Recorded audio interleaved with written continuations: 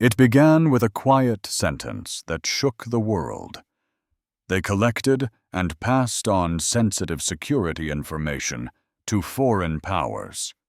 The voice was calm, but every word cut deep. At a press conference in Ouagadougou, Burkina Faso's security minister, Mohamed Ousmane, spoke not as a politician, but as a man drawing a line in the sand. Behind him stood maps, folders, and silence. Before him stood history, waiting to be rewritten. For decades, the world had seen Africa as a place to observe, to study, and to measure. Aid organizations came with white flags and good intentions, or so it seemed. But this time, something was different. The government announced that several operatives from a Western NGO had been arrested for espionage. They were accused of collecting military data under the cover of humanitarian work. The room went silent. Cameras clicked. For the first time in years, Africa had turned the gaze back on those who once claimed to watch over it. The group at the center of the scandal was the International NGO Safety Organization, or INSO, a Netherlands-based charity supposedly dedicated to protecting humanitarian workers. Yet what investigators found in their laptops told a darker story. Maps of troop movements, resource zones, and air reconnaissance patterns. Files labeled Sahel Observation Program 2024. It was not just aid work, it was surveillance. For the people of Burkina Faso, this moment was not just a headline, it was a revelation. They had long suspected that behind every development project was a second agenda, that every foreign report carried information worth more than gold. The government called it the beginning of informational sovereignty, the right of a nation to own its truth and protect its data. Outside the capital, reactions spread quickly. In markets and cafes, people spoke with a mix of pride and anger. "We are not a playground," one man said. "We are a nation." Across Africa, the statement resonated like thunder. For years, the continent's stories had been written by others. But now, the pen was moving back to African hands. This was more than an arrest. It was the start of a reckoning, a message to the world that the age of quiet observation was ending. And as the minister stepped away from the podium, a question lingered in the air. If information is the new weapon, who will command Africa's truth? For months before the arrests, a quiet investigation had been unfolding behind closed doors in Ouagadougou. Inside the Ministry of Security, a small team of digital analysts had been tracing unusual patterns of data transmission. Every night, bursts of encrypted signals left the local offices of an organization known worldwide for its humanitarian work, the International NGO Safety Organization, or INSO. At first it looked harmless, a routine flow of information between field teams and headquarters. But then the pattern grew suspicious. The data being sent out did not match standard humanitarian reporting. It was too detailed, too structured, and too consistent with military intelligence. The investigation was led by a young cyber specialist named Idrissa Kabore. His team intercepted fragments of transmissions that contained coordinates, troop movements, and resource maps. At first, they thought it was a mistake. But when they cross-referenced the coordinates, the reality became clear. The data matched active military patrol zones in northern Burkina Faso, regions that had seen recent anti-insurgency operations. The discovery sent a chill through the room. These were not accidentally shared details. They were patterns of surveillance. Working under direct orders from the security minister, the analysts infiltrated the organization's internal servers. What they found confirmed the government's worst fears. Under folders labeled Sahel risk mapping, and humanitarian observation logs. ENSO had stored hundreds of classified geolocation entries, detailed notes on military convoys, and even estimates of troop strength. Each week, their staff sent summaries to external partners through encrypted channels hosted outside of Africa. The more the team looked, the clearer the picture became. Behind the neutral logo and the language of safety, there was a network of intelligence quietly operating in the name of aid. When security forces raided ENSO's office, they confiscated laptops, hard drives, and field tablets. Among them, one file stood out: Sahel Observation Program 2024. It contained annotations about air surveillance grids, border crossings, and the locations of recently reclaimed gold fields. To defense analysts, it looked less like humanitarian research and more like an espionage dossier. At a press briefing, Minister Usman addressed the findings directly. "This was not humanitarian work," he said.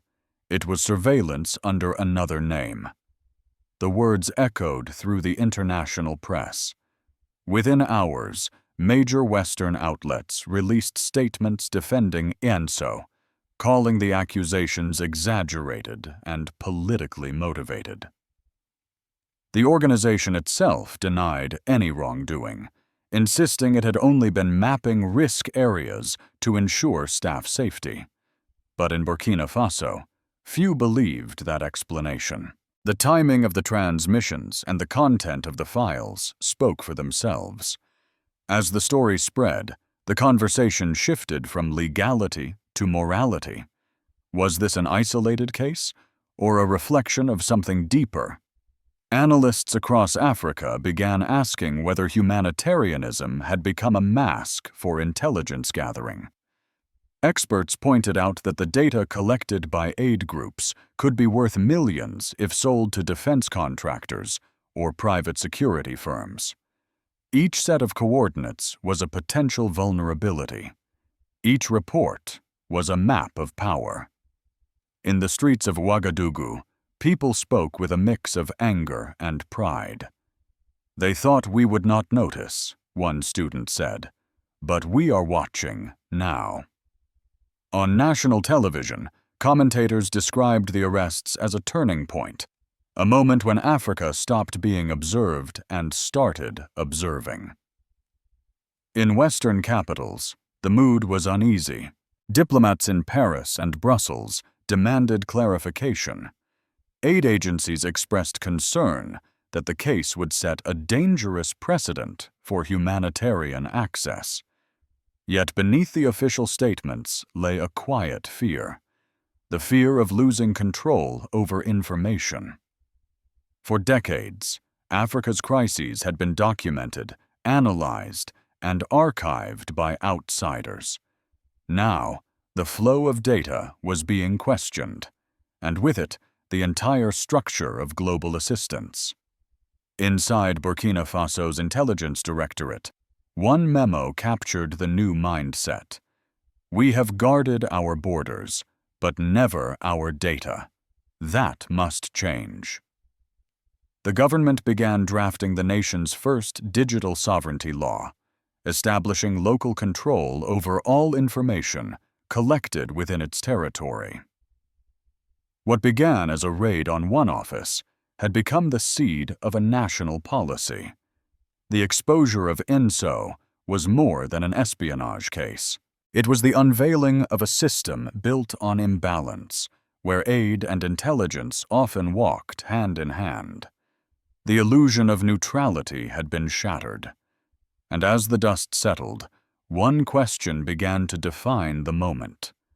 If knowledge is power, who has the right to hold it? The morning after the arrests, the world woke up to a story that no one had expected. Headlines across Europe and America framed it as a crackdown on aid. In Ouagadougou, it was seen as justice long overdue. For the first time in decades, the watchers had become the watched. Outside the Ministry of Security, crowds gathered holding handmade signs that read, "Africa is not your laboratory," and "Our data, our destiny." It was more than a protest. It was the sound of a continent reclaiming its narrative. Western governments moved quickly to contain the political damage. In Brussels, the European Commission released a statement expressing deep concern over the arrests and warning that Burkina Faso risked isolation from international donors. The United States called for restraint and transparency. Paris went further, hinting that future development aid could be suspended. But inside Africa, the response was different. In Bamako, Niamey, and N'Djamena, leaders publicly supported Burkina Faso's actions, calling them a defense of sovereignty, not an attack on humanitarianism. Meanwhile, inside the Security Directorate, analysts continued to piece together the extent of the network. What they uncovered sent ripples far beyond the Sahel. Similar data transmission patterns were traced to other NGOs operating in Mali and Niger. The findings suggested that INSO's actions were not an isolated event, but part of a wider system of information collection disguised as assistance. Within days, both Mali and Niger announced temporary suspensions of several foreign NGOs pending review. What the West called policy contagion, Africans began to call informational independence. The public mood inside Burkina Faso was resolute. On national television, citizens voiced pride that their nation had drawn a line where others had hesitated. "They taught us to trust their eyes more than our own," said one journalist. "Now we are learning to see for ourselves." Universities held open discussions on the meaning of sovereignty in the digital age. The idea that control over information was as vital as control over land began to spread like wildfire. In private, Western intelligence services scrambled to assess the fallout. A leaked EU memo contained a single sentence that revealed their anxiety. Burkina Faso has gone dark. For years, foreign agencies had relied on data streams from aid organizations to map security risks, monitor migration flows, and predict insurgency patterns. Now, that visibility was gone. The Sahel, once an open book, was closed. Under Ibrahim Traoré's leadership, Burkina Faso moved swiftly to institutionalize this new stance. The government launched the National Data Command Center, an initiative designed to store, analyze, and protect all information collected within national borders. The program, funded through the Defense Modernization Budget, aimed to train a new generation of digital analysts capable of defending the country not only from physical invasion, but from informational dependency. "Our independence," Traoré said in a televised address, "means nothing if our knowledge is owned by others."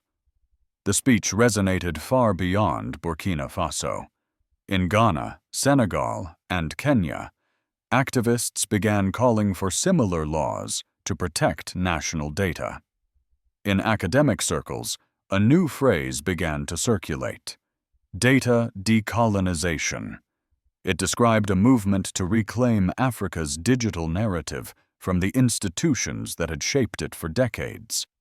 Articles appeared in newspapers across the continent, arguing that development without consent was just another form of control. As the weeks passed, the pressure from the West intensified. Aid programs were frozen, meetings were canceled, sanctions were quietly discussed. But the backlash only strengthened Traoré's position. To his supporters, he was no longer just a soldier turned leader. He was a symbol of defiance, a man who dared to say no in a world that expected obedience. In one of his speeches, Traoré summarized the philosophy driving this transformation. "In the past, they took our gold and oil. Now they take our data, but this time we will not let them." His words were met with thunderous applause across the region. The fallout from the arrests had become a movement. The message was simple but powerful. Sovereignty in the 21st century is not just about borders or armies. It is about ownership of truth. And for the first time in modern history, Africa was beginning to reclaim both. In the weeks following the arrests, the conversation in Burkina Faso evolved from outrage to strategy. What began as an espionage case was now the foundation of a national doctrine. Captain Ibrahim Traoré stood before Parliament and presented what he called the doctrine of data sovereignty. The room was silent as he spoke. "Independence," he said, "is not just about the soil beneath our feet, but the information that defines who we are. If we cannot protect what we know, we are still colonized." His words struck like lightning across a continent still haunted by the legacy of control. For decades, Africa had been mapped, measured, and interpreted by outsiders. Every statistic, from poverty rates to resource inventories, passed through Western institutions before returning to Africa in the form of policies and prescriptions. Under the new doctrine, that era was ending. The government declared that any data collected within Burkina Faso's borders must be owned, stored, and analyzed on its own soil. Foreign organizations would have to register their data operations, share methodologies, and allow national oversight. What critics called isolation, Traoré called integrity. Across the Sahel, this idea began to spread like a wave. In Mali, interim leader Assimi Goïta endorsed the concept publicly, calling it a shield against invisible occupation. Niger followed soon after, passing new regulations requiring all NGOs to host their servers within national boundaries. Even the Central African Republic began drafting legislation on joint data ownership for foreign-funded projects. For the first time, Africa was setting the rules of its own digital frontier. Western reaction was immediate and defensive. Editorials in European newspapers accused Burkina Faso of anti-democratic overreach and paranoia. Diplomats warned of funding cuts. But behind the rhetoric was a deeper concern. If Africa closed its data pipelines, the entire architecture of global influence would change.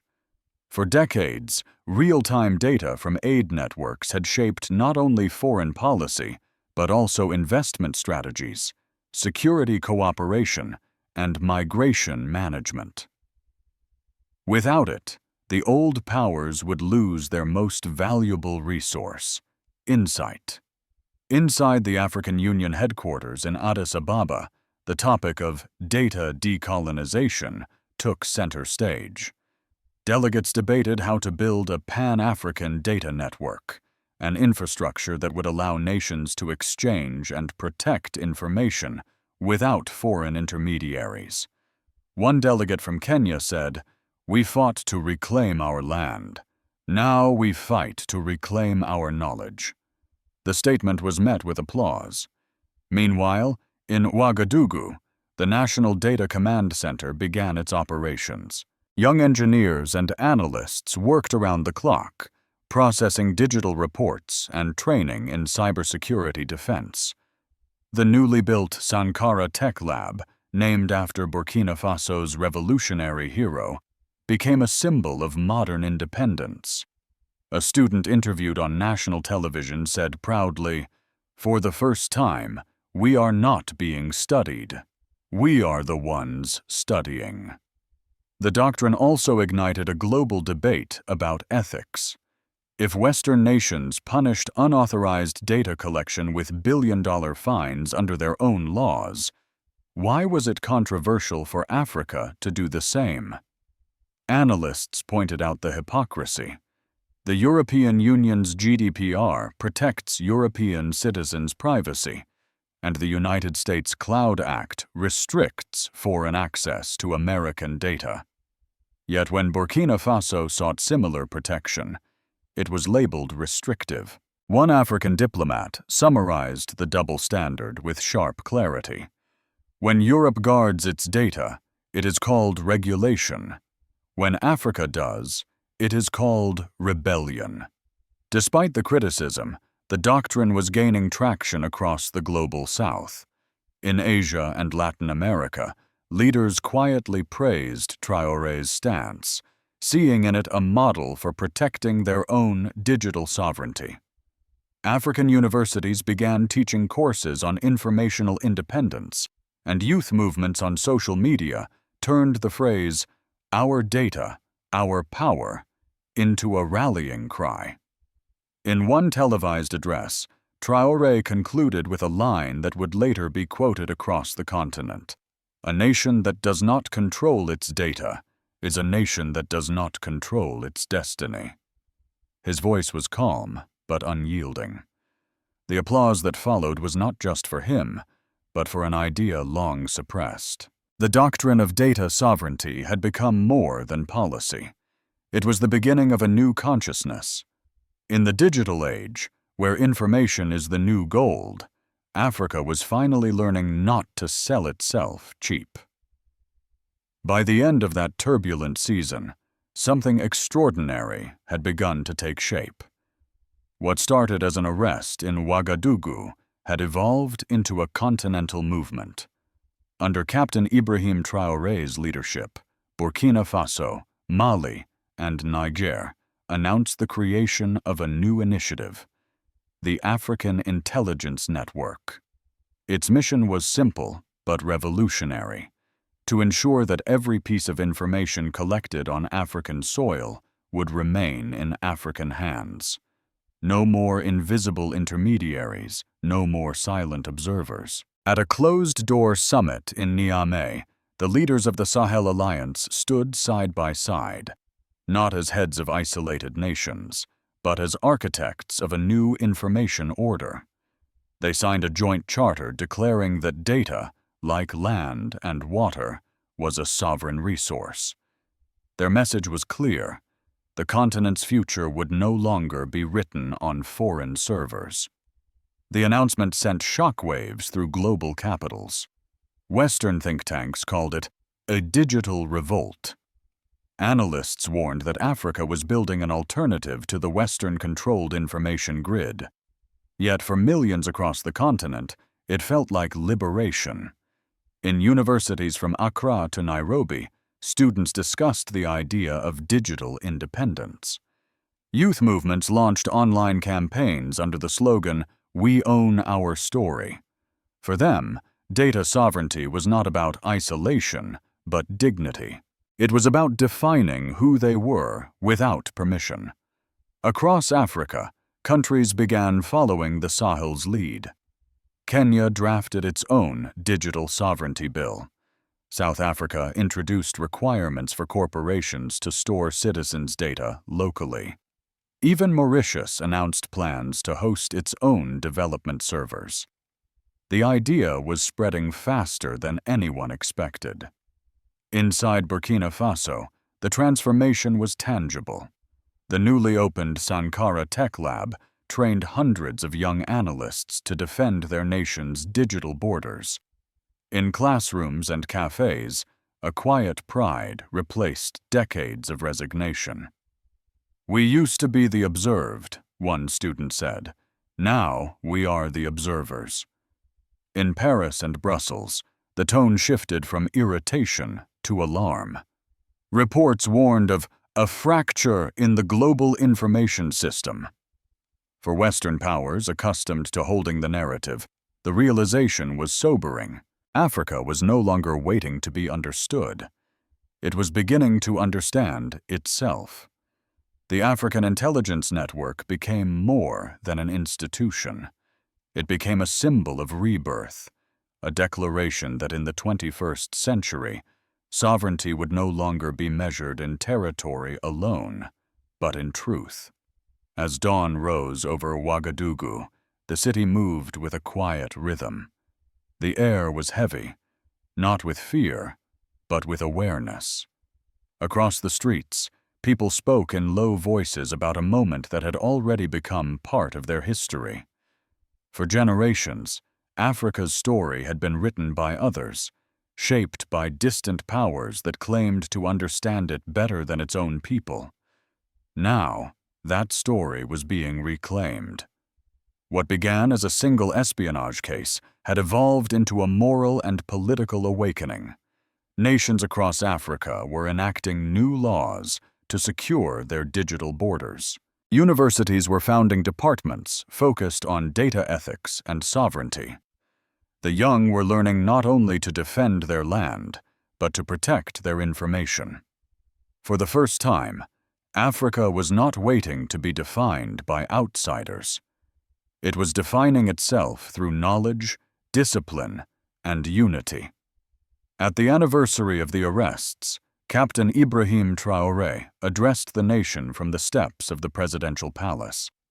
His words were calm, but carried the weight of conviction.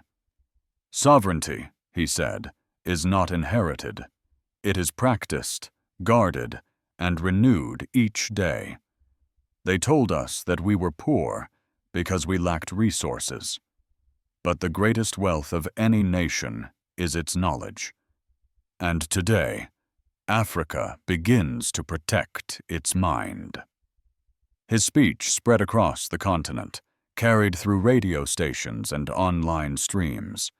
In living rooms and marketplaces, families listened in silence. To the older generation, his voice recalled the struggles of past independence movements. To the younger generation, it sounded like the beginning of a new era. From Lagos to Nairobi, people began to see themselves not as subjects of observation, but as authors of their own future.